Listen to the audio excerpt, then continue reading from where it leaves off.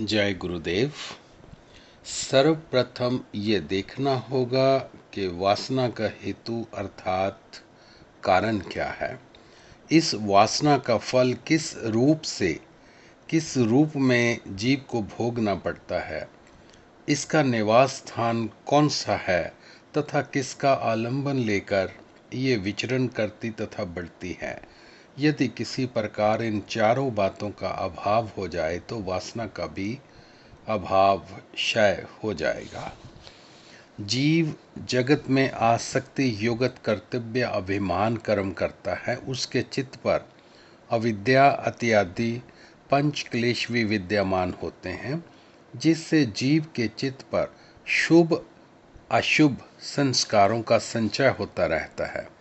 ये संचय संस्कार ही चित्त में वासना उदय होने का कारण बनते हैं। तो सर्वप्रथम समझने की बात यही है कि यदि किसी प्रकार चित्त में संचित संस्कारों का नाश कर दिया जाए तो वासना का अभाव स्वयं ही हो जाएगा। वासनाएं संस्कारों से ही उत्पन्न एवं पुष्ट होती हैं। वासना का फल जाति आयु एवं भोगों के रूप में उपस्थित होता है। यदि जीव इन भोगों के प्रति फलासक्ति का त्याग कर दे एवं अपने चित्त को संतुलित रखते हुए चित्त को प्रभावित होने से बचा लो तो भविष्य में संस्कारों के संचय होने की संभावना समाप्त हो जाए, जिससे चित्त में उदय होने वाली भावी वासना जन्म लेने से पूर्व ही समाप्त हो जाए। इस प्रकार ये स्पष्ट है कि जब सब वासनाओं पर आघात ही है, इसका कारण समाप्त करने अर्थात संस्कारों को क्षीण करने अथवा संचित होने से रोकने के लिए ही वासना के फल के प्रति उदासीन होना आवश्यक है। अब ये सोचना है कि वासना का आश्रय स्थान कौन सा है अर्थात वासना रहती कहाँ है। यह तो स्पष्ट ही है कि वासना का घर चित्त होता है। इस चित्त रूपी ग्रह की परिस्थितियां जैसी वासना के अनुरूप विकसित होती हैं, वैसे ही उसके पांव इस चित्त रूपी ग्रह में जमते चले जाते हैं। अर्थात चित्त में संस्कार विकार जितने अधिक होंगे, मानसिक चंचलता जितनी अधिक होगी एवं तमोगुण अथवा रजागुण जितनी मात्रा में प्रमुख होंगे, वैसी ही वासनाओं के अनुरूप चित्त स्थिति निर्मित होती जाएगी।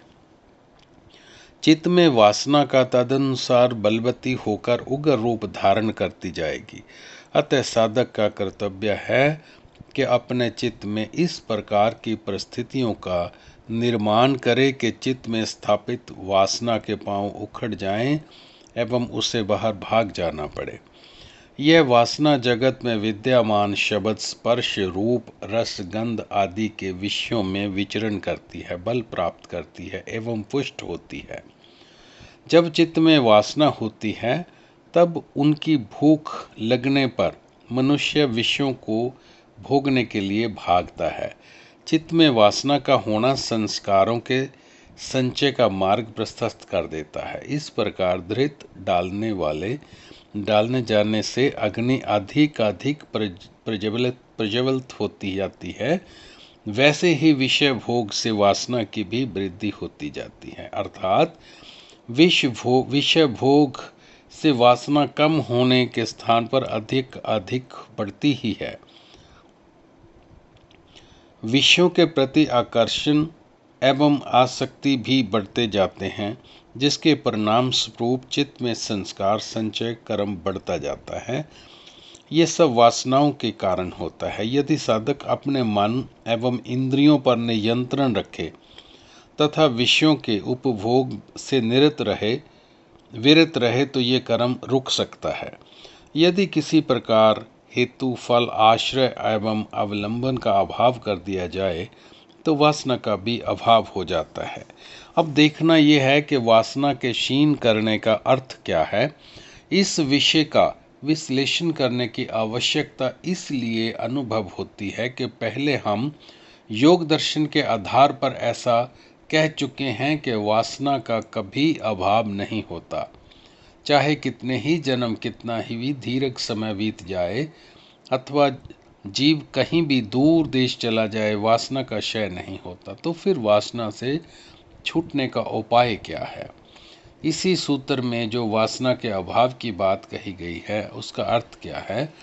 चित्त में वासना 4 अवस्थाओं में रहती है: प्रसुप्त, उदार, विच्छिन्न एवं तनु।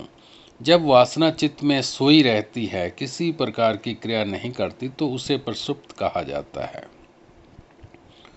किंतु जगत में बाहरी अनुकूलता प्राप्त होने पर अथवा उसके बिना भी यही प्रसुप्त वासना उग्र रूप धारण कर उठती है।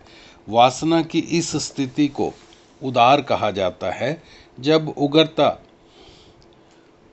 उग्रता त्याग कर वासना शांत हो जाती है, तब इसको विच्छिन्न अवस्था कहा जाता है। जिस प्रकार बीज जब तक पृथ्वी में आरोपित रहता है, ये उसकी प्रसुप्त अवस्था है। जब वह अंकुरित होकर वृक्ष बन जाता है, उसमें फल लग जाते हैं, तो उसे बीज की उदार अवस्था कहा जाता है। जब फसल काटकर भूमि पर डाल दिया जाता है, तब उसे बीज की विच्छिन्न अवस्था कहा जाता है। वासना की भी यही स्थिति होती है। जब कोई वासना उदार होती है, तो पहले की उदार वासना विच्छिन्न होकर नीचे दब जाती है।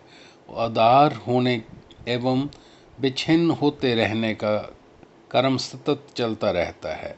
चित्त में कभी लोभ, तो कभी क्रोध, तो कभी काम, मोह, ईर्ष्या, द्वेष इत्यादि की अवस्थाएं इसी प्रकार बदलती रहती हैं। वासना की चौथी अवस्था को तनु कहा जाता है, जो वास्तव में कोई स्वतंत्र अवस्था नहीं होती, अपितु प्रसुप्त अवस्था के अंतर्गत ही वासना की एक परिवर्तित स्थिति मात्र होती है। यदि वासना को प्रसुप्त अवस्था में ही भक्ति, ज्ञान, योग, नाम स्मरण अथवा निष्काम कर्म योग इत्यादि के द्वारा इतना दुर्लभ कर दिया जाए कि उसमें उदार होने का सामर्थ्य ही न रहे, तो वासना की इसी प्रसुप्त अवस्था को तनु कहा जाता है। अर्थात जिस प्रकार चने को भून देने पर उसकी आकृति तो चने की ही रहती है, किंतु उसकी उगने, उदार होने की क्षमता नष्ट हो जाती है। इसी प्रकार वासना के तनु हो जाने पर जीव जगत के संपर्क में तो आता है अथवा कार्य क्षेत्र में उतरता है, तो उसके चित्त में विद्यमान वासना अंकुरित नहीं हो पाती, अर्थात उदार अवस्था में नहीं आती। इसे ही वासना का क्षीण अथवा अभाव होना कहा जाता है। जब शक्ति जागृत होकर चित्त के आधार पर कार्य करती है, तब विभिन्न क्रियाओं के रूप में चित्त में संचित संस्कारों एवं वासनाओं को झंकोर कर तनु करती हुई उनके उदार होने की संभावनाओं को समाप्त करती जाती है। वासनाएं चित्त में विद्यमान तो रहती हैं, किंतु तनु स्तर पर वह दुखदायी नहीं रहती। जब शक्ति प्रतिप्रसव कर्म के अग्रसर तथा चैतन्य एवं जड़म का तादात्म्य जोड़कर आत्मा में विलीन होती है, तब चित्त में विद्यमान वासनाएं क्रिया रहित स्थिति में अवस्थित रहती हैं, जिनके होने अथवा ना होने से किसी प्रकार का कोई विशेष अंतर नहीं पड़ता। शक्ति की इस प्रकार की क्रियाओं के द्वारा चित्त में वासनाओं के लिए ऐसी परिस्थितियां उदय होती जाती हैं जिनके उनका उदार हो उठना असंप्राय होता जाता है। क्रियाओं के माध्यम से संस्कार क्षीण होते जाते हैं। चित्तरूपी घर में तमोगुण अथवा रजोगुण शांत होकर सत्वगुण की वृद्धि होती है तथा मन एवं इंद्रियां बाह्य जगत में भ्रमणशीलता त्याग कर अंतर्मुखी होती जाती हैं। किंतु ये तब तक संभव नहीं हो पाता जब तक साधना के द्वारा साधक चित्त में विद्यमान वासनाओं को क्षीण नहीं कर देता, अर्थात साधना परम आवश्यक है। जय गुरुदेव।